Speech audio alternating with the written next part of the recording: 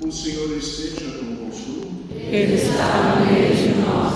Proclamação do Evangelho de Jesus Cristo segundo Mateus. Glória a vós, Senhor. Naqueles dias apareceu João Batista pregando no deserto da Judéia: convertei-vos, porque o reino dos céus está próximo. João foi anunciado pelo profeta Isaías, que disse: esta é a voz daquele que grita no deserto: preparai o caminho do Senhor, endireitai suas veredas. João usava uma roupa feita de pelos de camelo e um cinturão de couro em torno dos rins. Comia gafanhotos e mel no campo. Os moradores de Jerusalém, de toda a Judéia e de todos os lugares em volta do rio Jordão vinham ao encontro de João, confessavam os seus pecados e João os batizava no rio Jordão. Quando viu muitos fariseus e saduceus vindo para o batismo, João disse-lhes: raça de cobras venenosas, quem vos ensinou a fugir da ira que vai chegar? Produzi frutos que provem a vossa conversão. Não penseis que basta dizer: Abraão é nosso pai, pois eu vos digo, até mesmo destas pedras Deus pode fazer nascer filhos de Abraão. O machado já está na raiz das árvores, e toda árvore que não der bom fruto será cortada e jogada no fogo. Eu vos batizo com água para a conversão, mas aquele que vem depois de mim é mais forte do que eu nem sou digno de carregar suas sandálias. Ele vos batizará com o Espírito Santo e com fogo. Ele está com a pá na mão, ele vai limpar sua eira e recolher seu trigo no celeiro. Mas a palha ele a queimará no fogo que não se apaga. Palavra da salvação. Glória a vós, Senhor. Ave Maria, cheia de graça, o Senhor é convosco. Bendita sois vós entre as mulheres, bendito é o fruto do vosso ventre, Jesus. Santa Maria, Mãe de Deus, rogai por nós, pecadores, agora e na hora de nossa morte. Amém. Estejam sentados.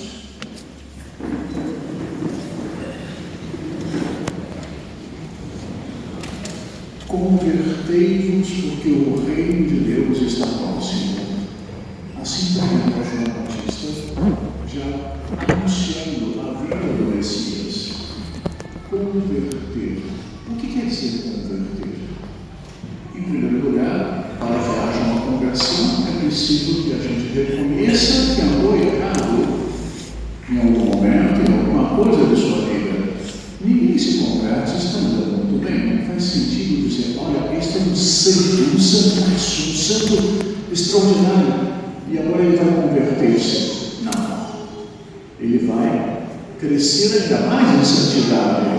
Não é provavelmente uma conversão. Ele vai progredir mais na sua união com Deus, na sua união com Nossa Senhora, na sua união com a Santa Igreja. Mas não é provavelmente uma conversão. A conversão é uma mudança de vida. É alguém que estava, pelo menos em alguns pontos de sua vida, que não estava andando bem.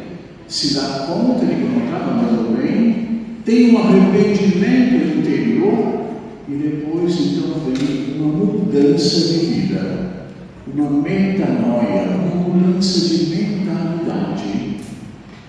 E por isso São João vai dizer, São João Batista vai dizer, quando ele veio para batizando lá no Rio Jordão, e de chegar os fariseus, os famosos fariseus e saduceus.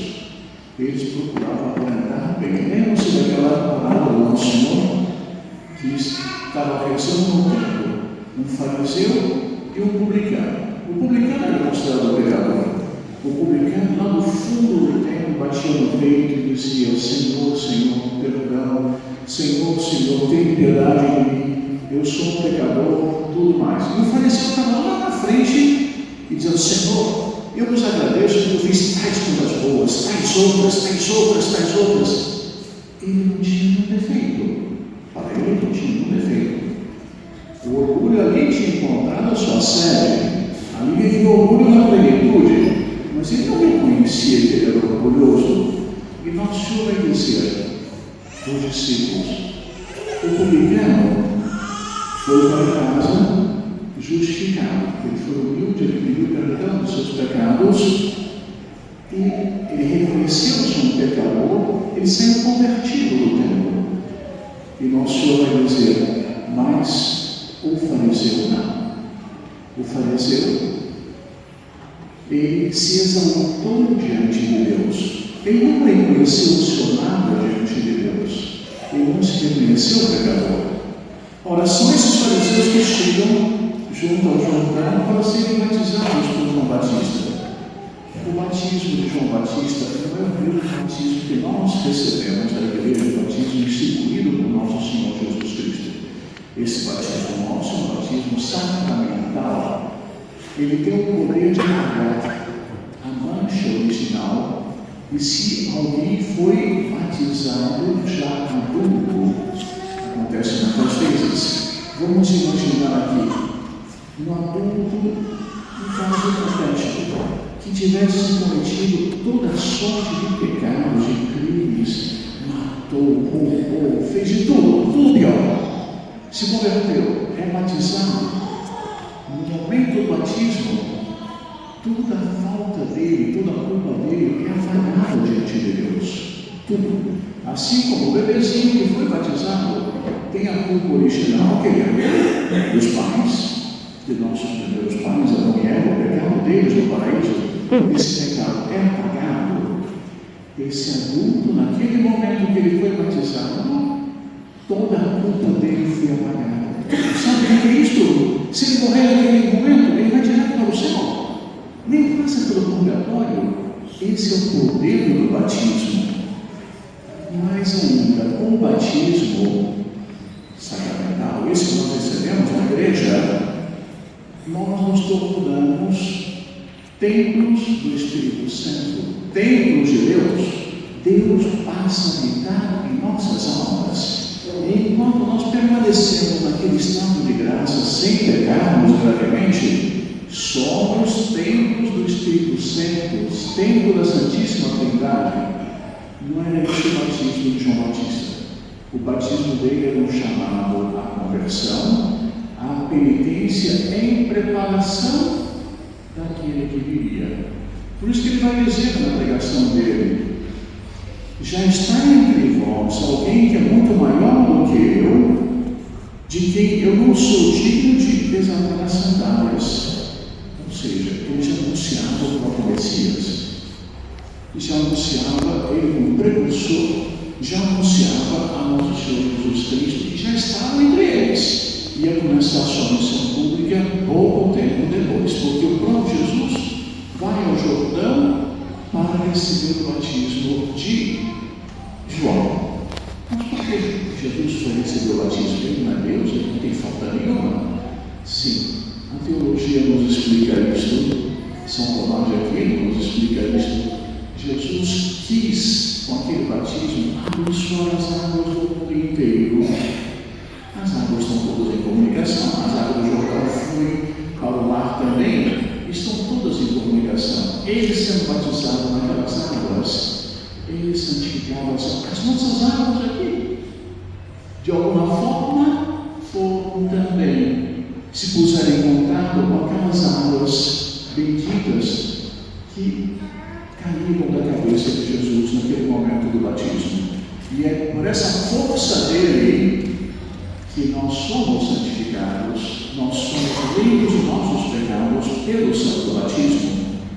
Bem, e Santo Batista vai dizer para eles: vocês se afirmam justos porque são filhos de Abraão. Não basta dizer que é filho de Abraão, é preciso uma mudança de vida. Se vocês querem converter-se, tem que mudarem as próprias vidas. É preciso haver uma metanoia. E vai dar essa imagem: a árvore que não produz bons frutos, essa árvore vai ser cortada. Da outra metáfora mais, que esse que viria ia joelhar na terra, quer dizer, ia tomar o trigo ia separar o grão do trigo e a palha ia jogar no fogo. São metáforas fortes usadas por João Batista, mas para exprimir esta realidade da necessidade de nossa conversão. Todos necessitamos de uma conversão. Mas a conversão, muitas vezes, vai nos levar a uma situação difícil. Porque vamos imaginar naquela época, João Batista pregando no Jordão, as pessoas vinham de Jerusalém, dito aqui, vinham de toda a Judéia e todas as áreas circunvizinhas ao Jordão. Vinham para ele para ouvir a pregação dele, serem batizadas por ele, serem convertidas por ele. Ele vinha, portanto, endireitando, aplainando as veredas do Senhor. Era a missão dele como precursor. Mas, em Jerusalém, o Estado estava, a sociedade era dominada por esses fariseus e por esses saduceus. Uma conversão implicava em colocar-se numa situação de rejeitar tudo que havia de errado naqueles fariseus e saduceus. Uma mudança de vida, propriamente. E esta mudança era necessária. Eles pareceriam, então, aos olhos do Estado de Jerusalém, como pessoas estranhas. Como o próprio João Batista. O que era? Está descrito aqui que ele se vestia de pelo de camelo. Pelo de camelo não é seda. Pelo de camelo não é um tecido fino. É um tecido austero, um cinturão nos rins. Depois comer gafanhotos e mel silvestre. Nos assusta um pouco, na verdade, porque quem de nós tem mel pode ser até delicioso, mas gafanhoto, comermos gafanhoto assusta um pouco. Temos tantos peixes deliciosos aqui, né? Eu sei ainda fosse uma lagosta, se fossem camarões, gafanhoto, tadinho, gafanhoto e mel silvestre. Era, portanto, uma vida muito austera, a de João Batista. Ele dava o exemplo daquilo que ele pregava. Não bastava apenas dizer, ele precisava dar o exemplo para todos. Uma conversão autêntica nos leva a uma mudança, inclusive, em nossos hábitos. Porque se nós temos que nos conformar a quem? A mentalidade de Jesus. Esta é a verdadeira conversão. Ora, muitas vezes nós vemos que o mundo de hoje dá as costas à mentalidade de Jesus, que é diretamente o oposto. Então, não basta que eu diga, eu sou um discípulo de Jesus, eu quero segui-lo, meu coração é dele. Excelente, já é um bom passo. Primeiro passo é excelente. Vamos chegar até o fim. Eu tenho que transformar inteiramente aquilo que é a mentalidade de Jesus, para que eu possa dizer, eu sou um verdadeiro discípulo, uma verdadeira discípula dele. Eu sou uma irmã, eu sou um irmão dele, Jesus. Aí sim, eu estou unido a ele verdadeiramente. Ora, esta conversão não é fácil. Não é fácil. Não foi fácil na época de João Batista, não foi fácil em nenhuma época da história, e não é fácil para nós tampouco. Por nós mesmos, nós não conseguimos. Nós necessitamos o quê? Necessitamos a ação do Espírito Santo. E é o que está na primeira leitura, o profeta Isaías, quando ele fala daqueles animais que precisam reconciliar, isso é colocar um cordeiro de inverno com um lobo. Não sabemos o que acontece. O lobo, na hora, vai matar o cordeirinho, vai colocar uma serpente brincando com um bebezinho de colo. São imagens que Isaías usa aqui nesta descrição, nessa passagem do livro dele. Isso é impossível. Como vai conciliar-se uma coisa com outra? Sem uma ação do Espírito Santo, sem uma ação da graça de Deus, movendo os corações, convertendo os corações, isso não é possível. Então, para que haja verdadeira paz entre os homens, onde até os lobos vão conviver bem com os cordeiros, e as criancinhas de colo vão brincar com as serpentes sem serem picadas e mortas pelas serpentes, só por uma ação profunda do Espírito Santo nas almas, uma ação profunda da graça de Deus nas almas. E essa graça não devemos pedir. Mais ainda, o Espírito Santo quer conceder-nos essa graça, quer conceder-nos seus dons, quer nos transformar verdadeiramente em seus templos, quer habitar em nós, quer modelar as nossas almas segundo Ele. Ora, é só nessa união com o Espírito Santo, nessa união com Jesus, que nós obtemos a verdadeira paz de alma, a verdadeira felicidade aqui na terra. O pecado não dá felicidade. O demônio promete que a gente pecando, a gente vai ser feliz. Mentira. Ninguém dá o que não tem. O demônio não tem felicidade. Como é que ele vai prometer felicidade se ele não tem? Ele é o eterno condenado, o eterno revoltado, o eterno desgraçado, sem graça, desgraçado, sem graça. Ele não tem felicidade. Ele não pode dar aquilo que ele promete. Ele vai dar o quê? Ele vai dar um prazerzinho momentâneo que logo depois se transforma num problema de consciência, se transforma numa aflição, numa angústia. Ele nos rouba a paz de alma. Esta paz de alma que só Deus pode nos dar, só a graça pode nos dar, essa paz de alma é o que verdadeiramente nos dá felicidade aqui na terra. Ser rico, ser pobre, ter uma saúde saudável ou ser enfermo, tudo isso é secundário. O que importa é ter essa paz de alma. Ora, se a gente tem um problema cardíaco qualquer, para dar um exemplo, eu posso fazer todos os exames médicos, é qualquer problema, isto, aquilo outro, o médico detectou a minha enfermidade. Excelente. Primeiro passo. Isso basta? Não.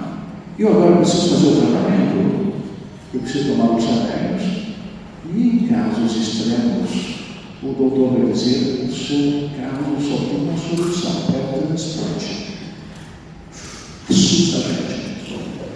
Sim, mas hoje em dia, quantos passaram por transplante de coração estão vivendo normalmente? Encontraram algum generoso que deu, alguma generosa que doou o seu coração em caso de morte e propiciou a vida a um outro. Em nossa vida espiritual, nós necessitamos não só o tratamento, os remédios, primeiro a detectação da enfermidade, mas os remédios e, em casos extremos, um transplante. Transplante de quê? De mentalidade. Deixarmos a nossa mentalidade errada, a mentalidade do mundo lá fora, e assumimos a mentalidade besta, a mentalidade de Jesus que aqui está no sacrário. Difícil operação, na verdade? Como é difícil? Não nos esqueçamos que nós temos uma mãe. Essa mãe é a mãe dele. Ele a pôs como intercessora nossa, junto a ele. Quem mais do que a mãe por alcançar o filho tudo aquilo que ela pede? O filho se demete, sobretudo se é um filho dos filhos. Se ela pede, ela obtém, e ela nos concede tudo. E este é o momento que nós devemos voltar para ela, com as mãos postas, e pedimos: minha mãe, vós sois mãe dele, e mãe minha também, porque ele me deu a vós como mãe, quando ele está na cruz. Na pessoa de São João, ele diz: filho, eis a tua mãe, mãe, eis o teu filho. E toda a teologia interpreta a João como sendo o nosso representante de cada um de nós aqui, junto a Jesus naquele momento. Ele a recebeu como mãe, mas na realidade Jesus a dava a todos nós, a todas nós como mãe, para que nós, pedindo a ela, tudo obtivéssemos, tudo. Então, aquilo que para nós pode parecer difícil e impossível, naturalmente falando no seu corpo mesmo, eu concordo, não vamos conseguir não, mas nós vamos por meio dela que é a mãe. Eu vejo aqui quantas mães com os filhinhos no colo, como amam os seus filhos. É um instinto materno, quer ir bem, quer dar de si, são capazes dos maiores egoísmos em benefício de seus filhos. Se esse é o instinto das mães todas que aqui se encontram, imagina qual é o instinto daquela que é a mãe das mães, a mãe de Deus e mãe nossa. Quanto desejo ela tem de fazermos o bem, de atrairmos a nós, todos, todas, para essa união plena com o divino Filho dela. Pensemos nessa graça. Aproveitemos a liturgia de hoje e pensemos a ela que interceda por todas nós. Saiamos aqui com toda a confiança, com toda a certeza de que ela vai obter para nós esta graça, desde que a peçamos. Peçamos com confiança, com perseverança. Mas eu vou cair. Jesus, no caminho da cruz, do Calvário, caiu 3 vezes. Qual foi a atitude dele? Não dá mais para levar essa cruz, não está muito pesada. Foi isso?